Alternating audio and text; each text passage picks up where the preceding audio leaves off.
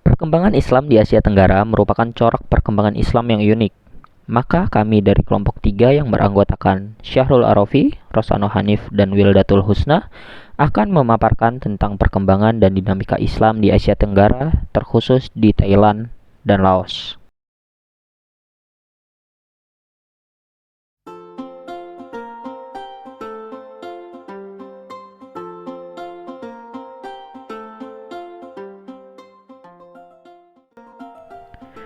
Teori masuknya Islam di Thailand. Sama seperti sejarah masuknya Islam di Asia Tenggara pada umumnya, teori pertama kali ini menyatakan bahwa Islam datang bersamaan dengan datangnya para pedagang dari Arab dan Gujarat pada abad ke-10. Namun, selain itu ada juga teori yang mengatakan bahwa Islam masuk ke Thailand dibawa oleh para prajurit dan utusan dari kerajaan Samudra Pasai yang ada di Aceh, Nusantara saat itu. Hal tersebut dikarenakan adanya dan juga pertama kalinya berdiri kerajaan Patani di Thailand Selatan yang menjadi pusat penyebaran Islam pertama yang ada di Thailand yang juga berdiri pada abad ke-10. Dan teori terakhir yang menyatakan bahwa Islam hadir di Thailand bahkan sebelum adanya kerajaan yang berdiri di Thailand atau sekitar abad ke-9. Setelah melihat dan mengetahui teori masuknya Islam ke Thailand, mari lanjut dengan pembahasan terkait dinamika Islam dalam pembentukan negara dan masa depan Islam di Thailand. Islam dalam pembentukan negara dan bangsa. Seperti dijelaskan sebelumnya, bahwa Islam hadir di Patani yang merupakan bagian dari kerajaan Sukhothai dan bagian dari kerajaan Ayutthaya. Sebelum menyinggung terkait Islam dan pembentukan negara bangsa Thailand, marilah lihat bagaimana Thailand dapat menjadi sebuah negara seperti yang diketahui sekarang. Thailand sendiri dipengaruhi kuat oleh kebudayaan Tiongkok dan India. Selain itu, Thailand juga merupakan satu-satunya negara di Asia Tenggara yang tidak pernah dijajah dan dikolonialisasi oleh bangsa Eropa. Sampai pada akhirnya pada tahun 1932 melalui revolusi tak berdarah menyebabkan dimulainya monarki konstitusional yang sebelumnya dikenal dengan nama Siam. Lalu pada tahun 1939 berganti nama menjadi Thailand setidaknya sampai sebelum Perang Dunia Kedua. Karena pernah satu kali kembali berganti nama menjadi Siam pasca Perang Dunia Kedua. Tetapi setelah itu banyak terjadi kudeta di Thailand sampai akhirnya pada tahun 1980-an Thailand mulai bergerak ke arah demokrasi, sudah bernamakan Thailand. Setelah melihat dan mengetahui bagaimana terbentuknya Thailand, marilah kita lihat bagaimana sudut pandang Islam mempengaruhi terbentuknya Thailand menjadi sebuah negara dan bangsa.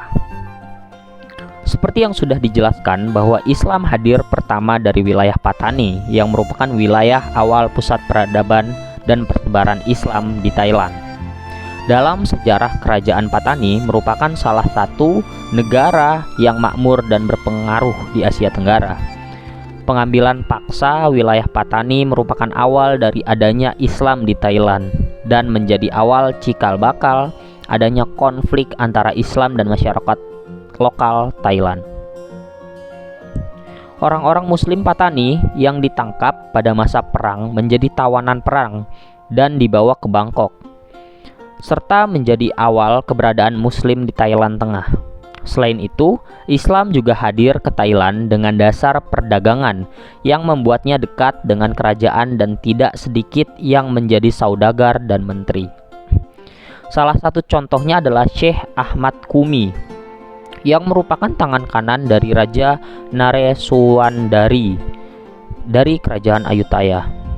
Syekh Ahmad Kumi saat itu memegang posisi ahli strategi maritim kerajaan dan penasehat utama dari Kementerian Keuangan Kerajaan pada saat itu. Selama itu juga beliau memanfaatkan hal tersebut untuk dapat membangun masjid, areal pemakaman bagi umat Islam, bahkan sampai membangun perumahan yang bercorak Islam Persia di Ayutthaya. Saat ini lokasi tersebut dikenal sebagai kawasan Ban Kat Kufi Khao Sen.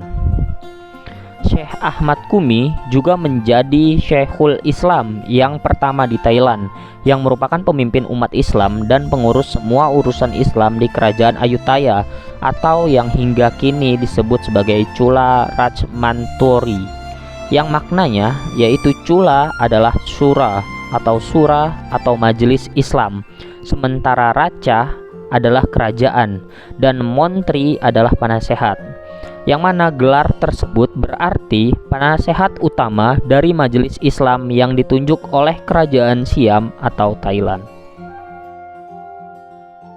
Selanjutnya, masa depan Islam. Islam adalah agama terbesar kedua di Thailand setelah Buddha. Meskipun menjadi agama terbesar kedua di Thailand, Islam merupakan agama minoritas karena hanya dianut sebanyak 5,3% dari keseluruhan penduduknya. Sementara itu, penganut agama Buddha mencapai 93%. Penduduk Muslim Thailand mayoritas menduduki wilayah Thailand Selatan, di antaranya di Pattani, Yala, dan Satun. Dikarenakan adanya gap yang jauh antara jumlah penduduk Islam dan Buddha, penduduk Muslim di Thailand acap kali mendapatkan perlakuan diskriminasi yang berujung pada konflik yang mengganggu stabilitas negara. Jika berbicara mengenai masa depan Islam di Thailand, kita tidak dapat menutup mata dari adanya konflik di Thailand Selatan. Konflik di Thailand Selatan merupakan akibat dari perlakuan diskriminasi yang dilakukan oleh pemerintah Thailand terhadap etnis minoritas Muslim. Ruang gerak mereka untuk memperoleh hak-hak dalam bidang ekonomi, politik, dan keagamaan menyebabkan penduduk Muslim Thailand menuntut pemisahan diri. Untuk meredam goncangan ini, pemerintah Thailand menggunakan kekuatan militernya untuk memberantas berbagai gerakan yang mengancam kedaulatan Thailand. Akibatnya, banyak korban berjatuhan. Meski penduduk Muslim Thailand masih bergulat dengan situasi politik, namun hal tersebut tidak menjadikan Islam sendiri mengalami kemunduran.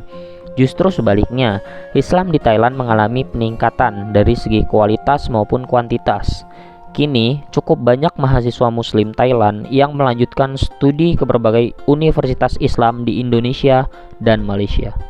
Salah satu contohnya ada di UIN Syarif Hidayatullah, Jakarta.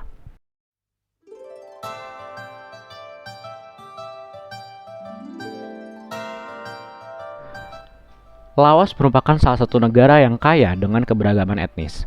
Keberagaman etnis ini tampak pada komunitas Muslim di sana yang didominasi oleh para pendatang dari kawasan Asia Selatan dan juga Muslim Kamboja. Saat ini, jumlah penduduk Laos mencapai 6,2 juta jiwa. Setengah dari populasi penduduk Laos berasal dari etnis Lao atau yang dikenal masyarakat lokalnya sebagai Lao Lum. Laos dikenal sebagai salah satu negara dengan sistem pemerintahan komunis yang masih tersisa di dunia. Mayoritas penduduknya merupakan pemeluk Buddha Theravada. Karena sistem pemerintahan tersebut, tak mengherankan kalau Laos merupakan negara dengan penduduk Muslim paling sedikit di Asia Tenggara, yang pada 2012 tercatat hanya sebanyak 800 jiwa saja atau 0,1% dari jumlah penduduk di sana. Sejarah masuknya Islam di Laos. Dalam sejarahnya, terdapat dua teori dari masuknya Islam di Laos. Yang pertama, ada yang mengatakan bahwa Islam pertama kali masuk ke Laos melalui pedagang Cina. Pedagang Cina tersebut berasal dari Yunan atau biasa yang disebut orang Laos sebagai Chin Hao. Yang kedua, Islam masuk dibawa oleh para pengungsi Champa yang mengungsi akibat penaklukan Vietnam dan kekejaman rezim Pol Pot di sana. Mereka melarikan diri ke negara tetangga mereka, yaitu Laos, setelah Pol Pot menyerukan gerakan pembersihan massal terhadap etnis Kamboja Cham Muslim dari tanah Kamboja. Perkembangan Islam di Laos pada era kontemporer. Seperti yang disinggung sebelumnya, jumlah populasi Muslim di Laos adalah yang paling sedikit di Asia Tenggara, yaitu dibanding dengan populasi agama lainnya, populasi Islam di Laos hanya mencapai 0,1%. Dalam demografi tersebut, terdapat 3 komunitas Muslim di Laos. Yang pertama, yaitu Muslim Chin Hao, yaitu komunitas Muslim yang asalnya dari pedagang-pedagang Cina. Kedua, yaitu Muslim Tamil, Muslim-Muslim yang berasal dari pindahan selatan India. Terakhir, yaitu Muslim Kamboja, seperti yang disinggung sebelumnya, yaitu masyarakat Muslim yang kabur dari kekejaman rezim Pol Pot di Vietnam. Sebagai negara komunis, apakah hal itu menjadikan agama Islam di sana tertindas? Jawabannya adalah tidak. Keindahan keberagaman di Laos menjadikan masyarakatnya hidup damai dan berdampingan di antara keberagaman mereka. Hal tersebut bisa dilihat dari ibu kota Laos, yaitu Vientiane. Terdapat masjid terbesar di Laos bernama Vientiane Jamia Masjid. Di sana, umat muslim bebas beribadah dan mengumandangkan azan. Walaupun berada di lingkungan yang padat dan sebagian besar penduduknya memeluk agama Buddha, aktivitas dan kegiatan keagamaan di masjid ini tetap berjalan dengan baik. Bahkan ketika azan berkumandang, komunitas muslim di Vientiane tak merasa terganggu. Sekian pemaparan dari kelompok kami. Bagi yang ingin menyampaikan pendapat ataupun pertanyaan, bisa didiskusikan di kolom komentar. Terima kasih.